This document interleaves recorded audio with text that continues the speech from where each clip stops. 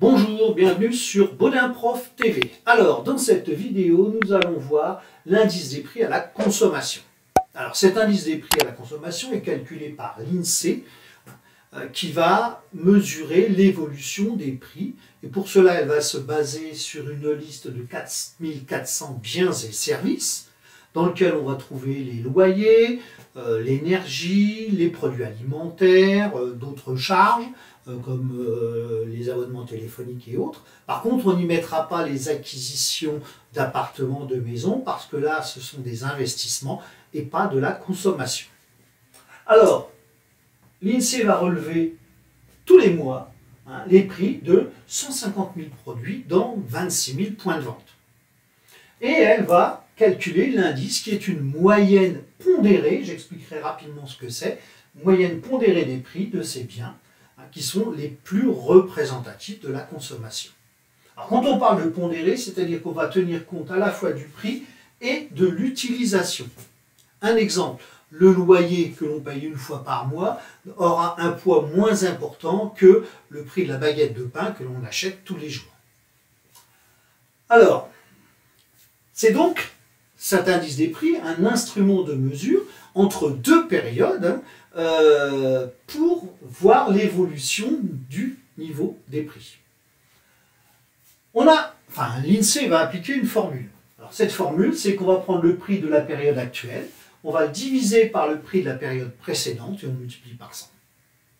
Prenons un exemple sur le prix de la baguette de pain. En février 2022, la baguette de pain était à peu près à 1 €. Cette baguette de pain est passée en février 2023 à 1,20 €.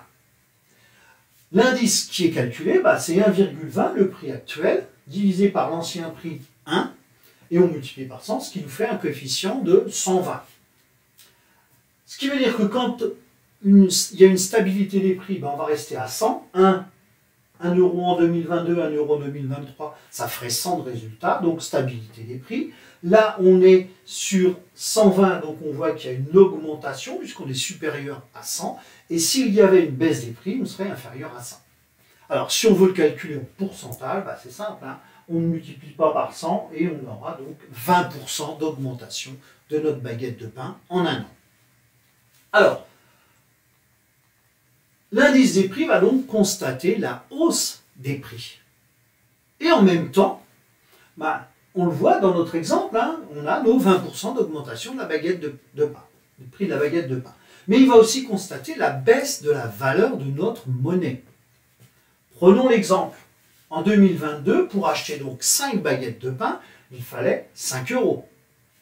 En 2023, pour toujours acheter 5 baguettes, il faut 6 €. Donc on voit bien que la monnaie a perdu de sa valeur.